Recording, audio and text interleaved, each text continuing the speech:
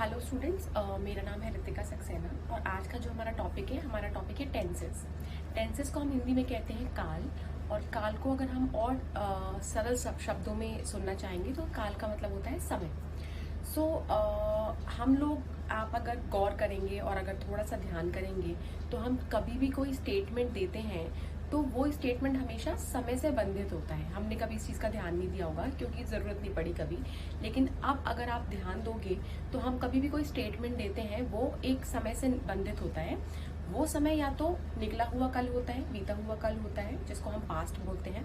वो समय या तो आज का होता है जो चल रहा होता है उसको हम प्रेजेंट बोलते हैं। वो समय या तो हम कोई बात करते हैं तो वो आगे आने वाले टाइम की बात करते हैं, मतलब हम फ्यूचर की बात करते हैं। इसका उदाहरण मैंने आपको इसलिए दिया क्योंकि टेंसेस 3 प्रकार के होते हैं। काल जो होते हैं, काल 3 तरीके के होते हैं, जो कि होता है भूतकाल, वर्तमान और भविष्य काल। ठीक है। सो भूतकाल से हमारा मतलब है पास्ट टेंसेस, वर्तमान से हमारा मतलब है present tenses, and future tenses का मतलब होता है आगे आने वाला जो हमारे टेंसेस है, आगे आने वाला जो टाइम है उसको फ्यूचर टेंसेस की बात करते हैं। ठीक है। सो आप इसको सिंपली समझाने के लिए मैंने आपके लिए एक टेबल बनाई है। सो टेंसेस जो होते हैं, प्रेजेंट होता है, पास्ट होता है एंड फ्यूचर होता है, 3 तरीके के होते हैं। उसको भी सिंपली कैटेगराइज करा हुआ है simple tense, continuous tense, perfect tense and perfect continuous tense. ठीक है।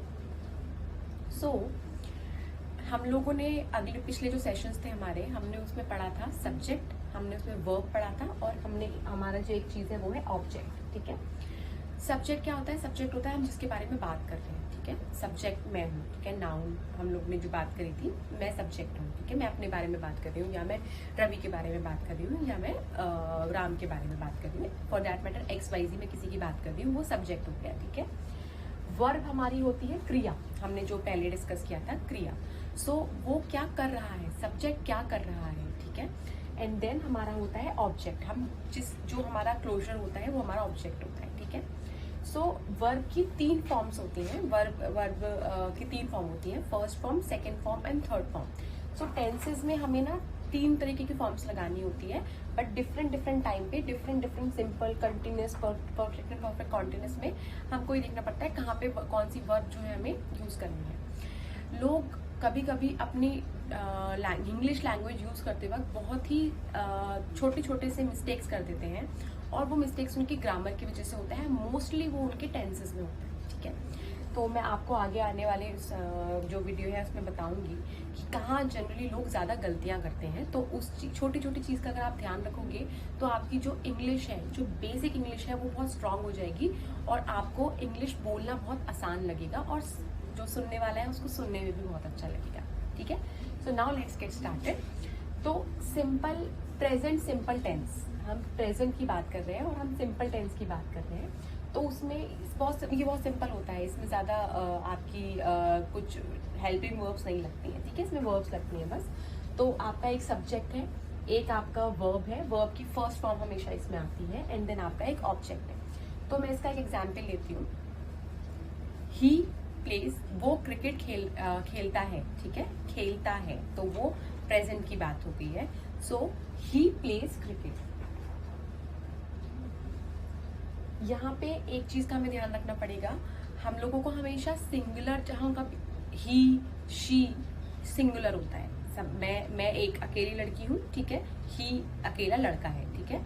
So he and she, they are the singular forms. ठीक है। सिंगुलर फॉर्म्स के साथ इसकी जो वर्ब होगी उसमें हमेशा एस लगेगा।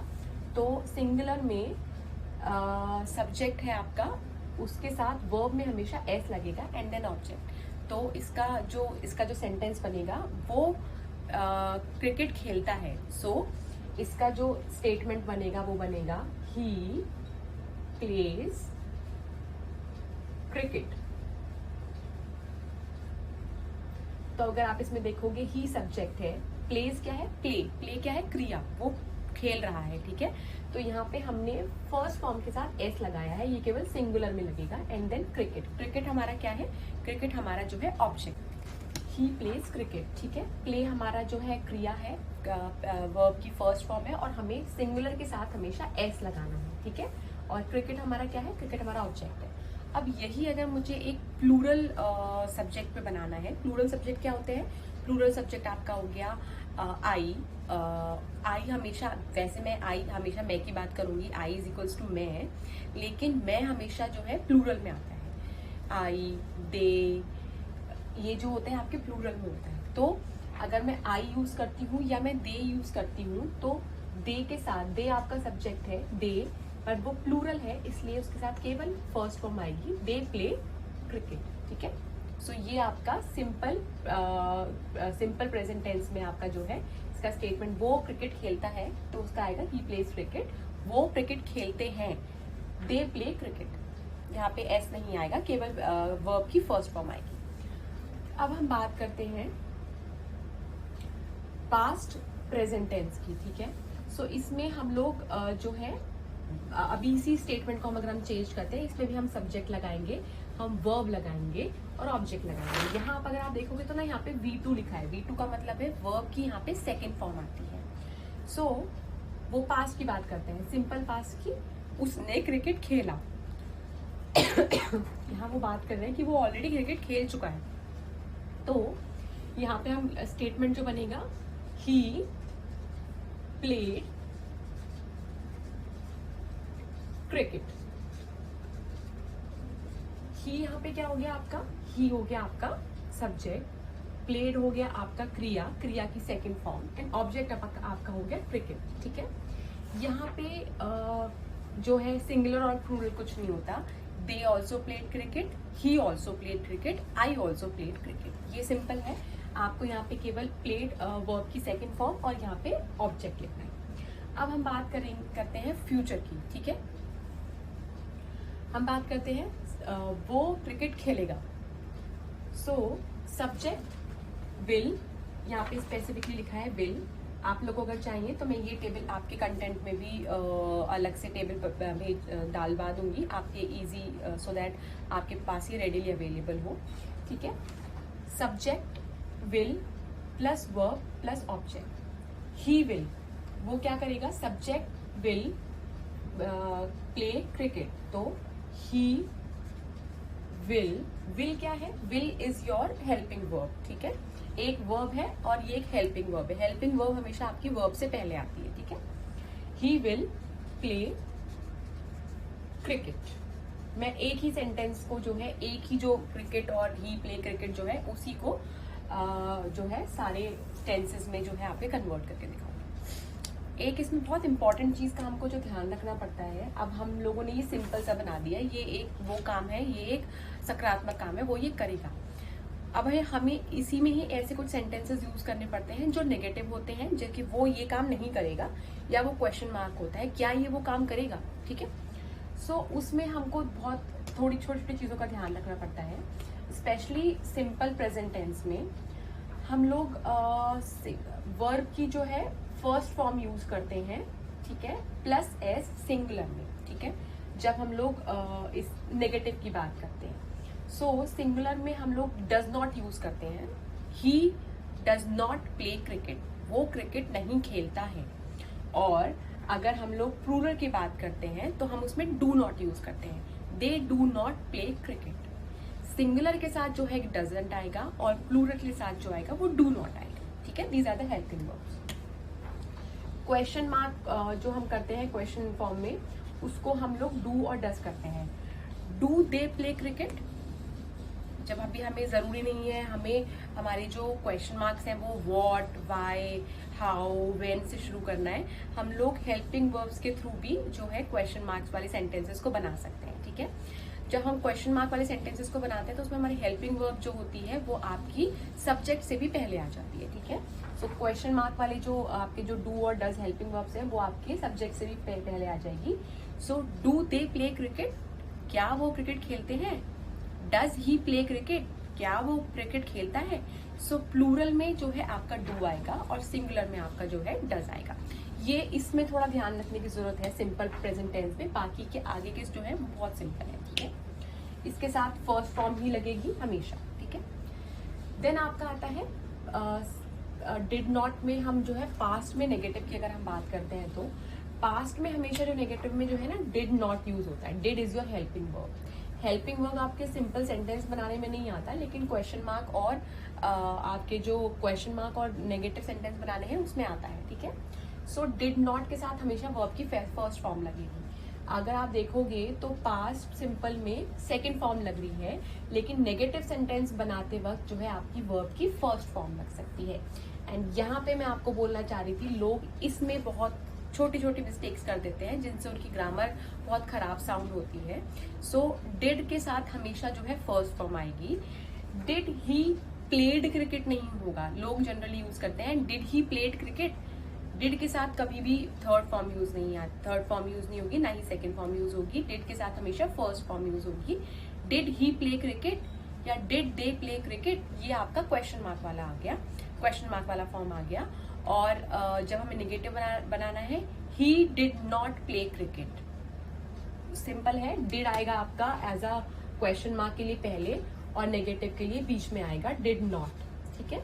और हमेशा वर्ब की फर्स्ट फॉर्म ही यूज होगी, सेकेंड फॉर्म केवल सिंपल स्टेटमेंट बनाने में यूज होगी। अब हम जो है फ्यूचर सिंपल में बात करते हैं नेगेटिव की, तो this is very simple, he will not play cricket, will के साथ नॉट आएगा, ठीक है। एंड क्वेश्चन मार्क की बात करेंगे, विल ही, जब बात करते हैं क्वेश्चन मार्क की फ्यूचर में, विल ही प्ले क्रिकेट, क्या वो क्रिकेट खेलेगा, विल ही प्ले क्रिकेट, ठीक है। So this is very simple.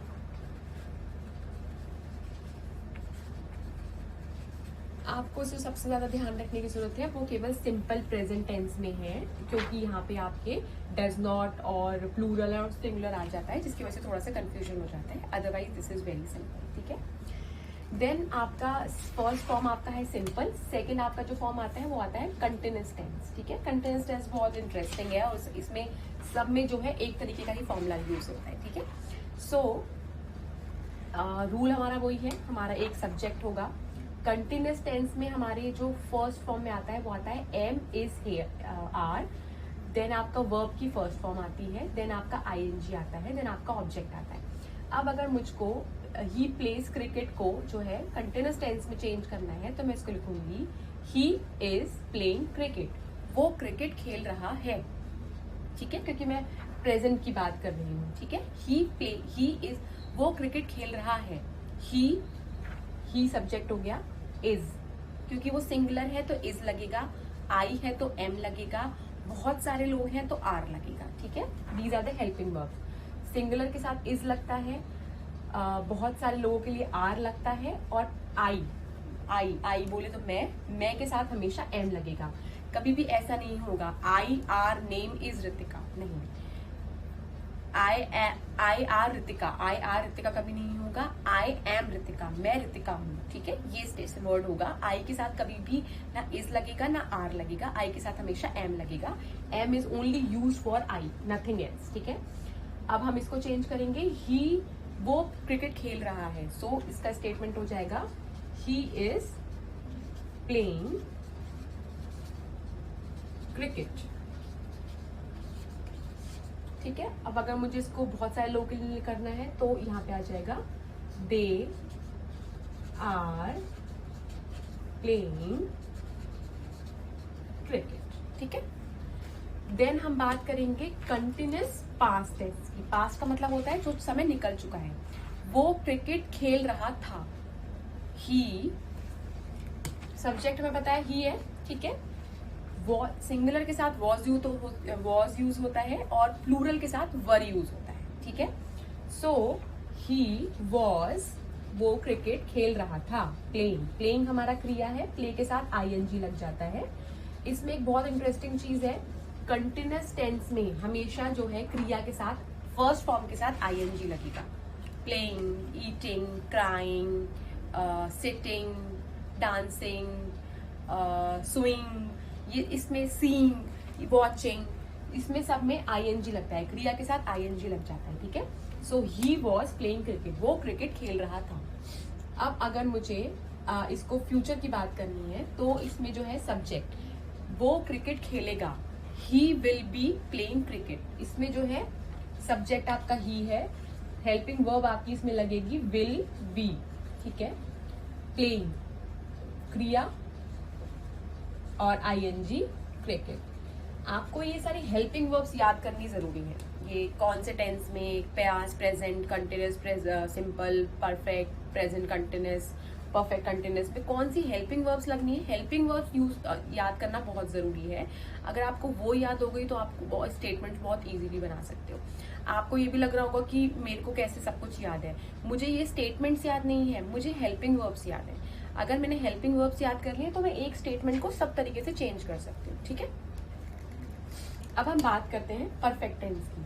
हम परफेक्ट टेंस में बात करते हैं जो प्रेजेंट में भी ऑलरेडी हो चुका है। ठीक है, सो इसमें हम इसमें जो हमारी हेल्पिंग वर्ब होती है वो होती है हैज एंड हैव होती है प्लूरल के लिए, प्लूरल मतलब बहुत सारे लोगों के लिए।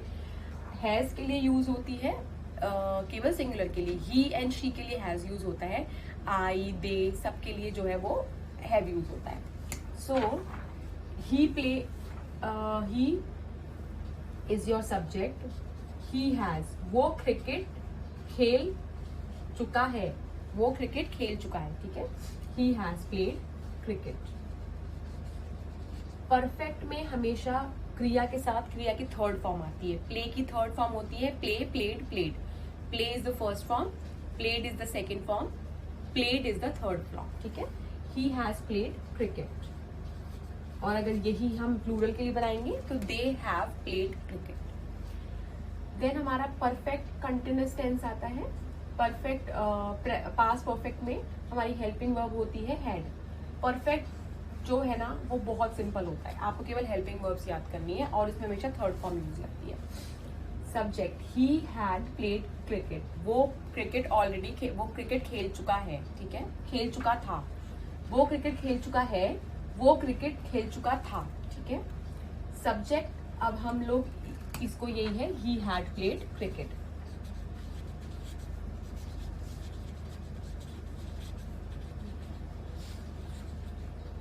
फ्यूचर की बात करेंगे, ही विल, वो क्रिकेट खेलेगा, वो क्रिकेट खेलेगा। So he will have played cricket. इसका जो बनेगा sentence, he will have played cricket.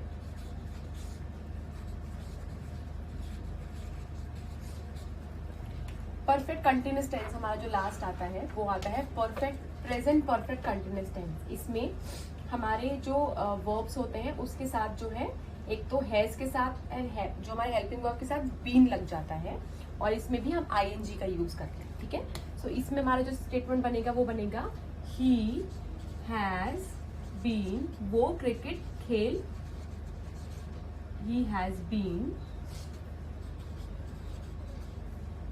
Playing, वो क्रिकेट खेल रहा है, playing cricket, he has been playing cricket. हम लोग जब पास्ट की बात करेंगे, he had been playing cricket, वो क्रिकेट खेल चुका था, ही हैड बीन, इसके साथ हमेशा हैड लगेगा। And he will have been playing cricket. ठीक है, सो ये चार्ट मैं आप लोगों को अलग से बना के दूंगी क्योंकि ये आपकी वर्कबुक में नहीं है। अलग से एक को आपको एक्सेल में टॉपिक में टॉप शीट मिल जाएगी। It would be easier for you to use these tenses and learn the helping verbs, क्योंकि अगर आपको हेल्पिंग वर्ब्स याद हो गई हैं अच्छे से देन आप स्टेटमेंट बहुत आसानी से बना सकते हो। टेंसेज एक बड़ा टॉपिक है। ठीक है, टेंसेज को अगर हम लोगों ने मन में बसा लिया और हमने अच्छे से याद कर लिया तो हम जो डे टू डे लाइफ में बात करते हैं ना, हम उसको बहुत इजीली कैरी कर सकते हैं। हमें फिर बिल्कुल भी घबराने की जरूरत नहीं है। आपको टेंसेस बहुत अच्छे से याद करने हैं, हेल्पिंग वर्ब्स बहुत अच्छे से याद करनी है।